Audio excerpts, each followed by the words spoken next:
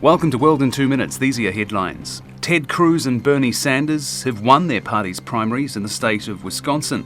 Donald Trump is still in the lead, but it's now possible he may not have enough delegates to secure the Republican Party's nomination before the national convention in July.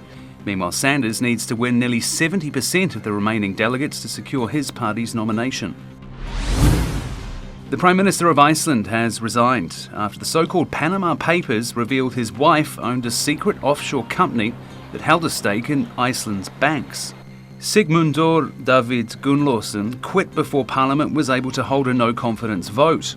Meanwhile, the Panamanian law firm at the centre of the scandal, Mossack Fonseca, has denied any wrongdoing. It says the leak of 11.5 million documents that exposed how the rich and famous hide their money wasn't an inside job.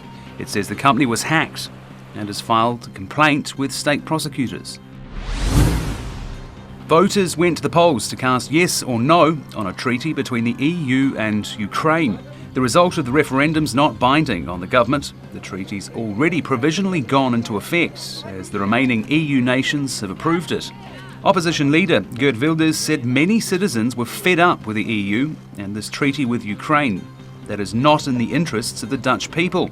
Surveys suggest the result will skew towards no.